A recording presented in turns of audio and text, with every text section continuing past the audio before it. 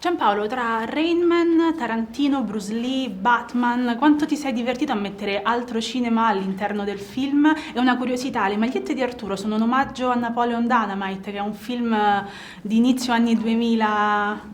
Ragazzi, io non so Non mi rispondere. immagino, non mi immagino. Affrontiamo una cosa alla volta.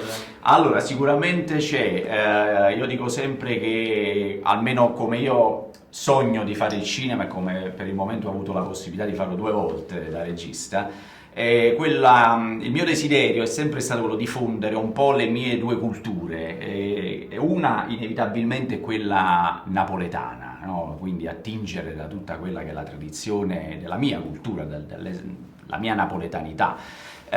Quindi ecco che abbiamo una commedia in stile, voglio dire, commedia all'italiana, no? E poi inevitabilmente la mia seconda cultura, ma che è quella un po' di tutti noi, anche se non sempre ci facciamo caso, è quella del cinema americano. Cioè io sono cresciuto con il cinema americano degli anni 80 e 90 e lì c'è tutta quindi anche una ricerca, una voglia di fare un certo tipo di action, un certo tipo di fotografia. Questo è un film girato in anamorfico, che richiama determinati colori, così come c'è tutto un lavoro sulla musica, no? Ho chiesto un tipo di musica che ricordasse un po' tutto quel cinema action lì. E invece, per rispondere alla tua domanda sulle magliette di Arturo, no, non c'era tutta questa volontà dietro, però mi fa piacere se tu ci vedi qualcosa che magari non c'è tanti voti, non la fatta apposta, l'arte io cerco di contenerla, no? Però esce e viene altro. Erano degli omaggi comunque al suo fratello Nathan. Mi dispiace deluderti, però molte volte diamo di più, no, di quello che pensiamo. Invece Fabio Ciro, questo film si prende gioco del lato falso dei social. Voi che lavorate anche attraverso i social, invece, credete di rappresentarne senza falsa modestia un lato che gioca con l'ironia, ma che ha anche all'interno un po' di intelligenza nel saper bilanciare, insomma, quello che serve per... È chiaro, noi facciamo un lavoro di comunicazione, per noi è molto importante poter veicolare messaggi giusti, nei quali crediamo, ovviamente col nostro tone of voice, e quindi mettendoci quanta più ironia possibile, nella speranza che poi il messaggio arrivi anche in maniera molto più semplice e diretta, senza condirlo da troppi meccanismi complicati.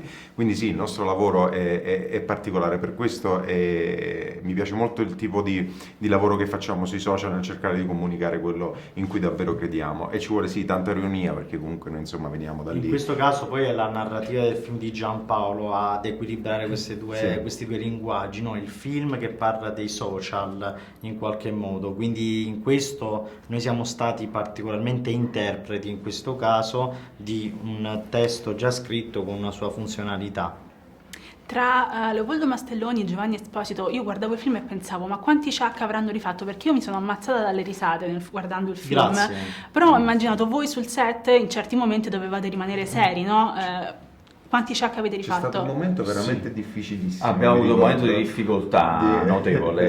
Era una scena a tavola, quando si parlava forse è stato del l'unico piano da fare. momento Per colpa mia poi, tra l'altro, non riuscivo ad andare avanti tu l'hai perché detto. Sì, noi non lo volevamo, Lui però per diciamo, colpa per sua, colpa sì. Però Giovanni faceva indubbiamente molto Sì. ridere in quella battuta. E sì, comunque ci sono Generalmente cerchiamo di convogliare un po' quella voglia di ridere nell'intenzione, quindi magari c'è uno sforzo maggiore a cavalcare quel divertimento piuttosto che liberarlo in una risata. Però sì, c'è stata un'occasione dove era tarda notte, quindi abbiamo avuto una scena dove non riuscivamo a girare, ma non so nemmeno se un Chuck è venuto buono. Sì, cioè, ha dovuto un poco estrapolare il meglio, diciamo, perché non si riusciva ad andare avanti. Però ci hai fatto un grande complimento dicendo che siamo ammazzati dalle risate, perché poi l'intenzione primaria è quella. No, ci siete riusciti secondo me, assolutamente. E, tra l'altro questo è un film che ha un'ironia che in certi momenti è veramente scorrettissima e che io ho molto apprezzato. Quanto era importante per te appunto essere totalmente libero e non autocensurarti, perché ci sono dei momenti in cui magari qualcuno potrebbe dire però qui magari forse è un po' esagerato.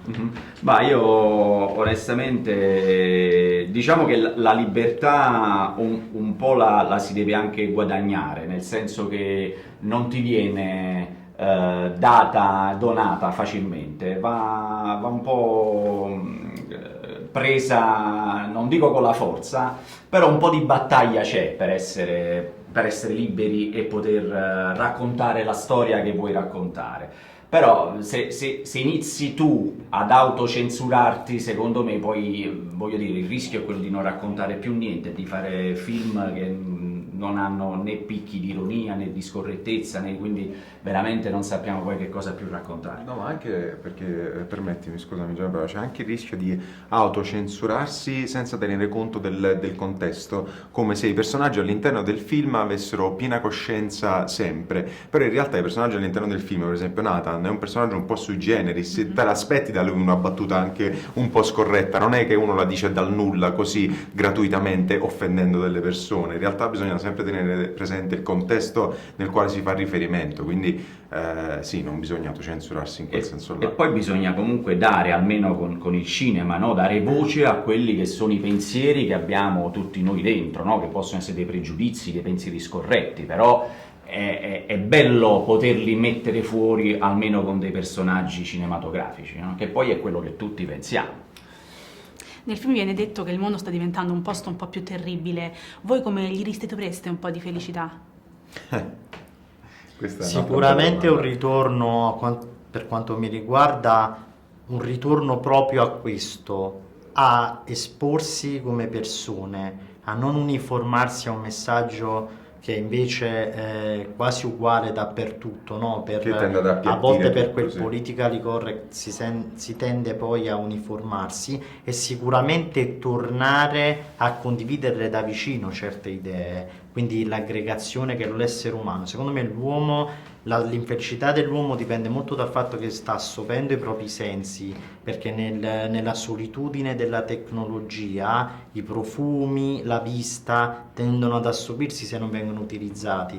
Tornare al cinema, l'odore di popcorn, dibattere su un argomento con un amico, con una persona, è Litigare sicuramente con un modo quello. per sentirsi più vivi e umani. Se vogliamo, il film è anche un po' questo, non c'è una critica ai social, perché poi Nathan ti pone tanti punti di vista anche condivisibili, no? Quando dici i filtri sono pure il trucco che usano le ragazze per tenersi bene, no? Parlare bene, pure quello è un filtro, è chiaro che noi cerchiamo di presentarci al meglio, quindi i filtri ci sono sempre stati, però è anche vero che c'è bisogno di contatto, nel senso che io penso che siamo anche un po' alla preistoria di quelli che sono i social, no? Ci sono da poco e quindi da un lato avvicinano, ti fanno sentire meno solo, però come diceva pure Fabio adesso c'è bisogno di un ritorno al contatto umano. Il film è anche un po' questo, se vuoi, sono tante solitudini, no? Questi personaggi che però trovano un po' di forza, un po' di energia proprio vitale nello stare tutti insieme. Un viaggio tra amici. Grazie mille per il vostro tempo. A te. Grazie a Grazie. te.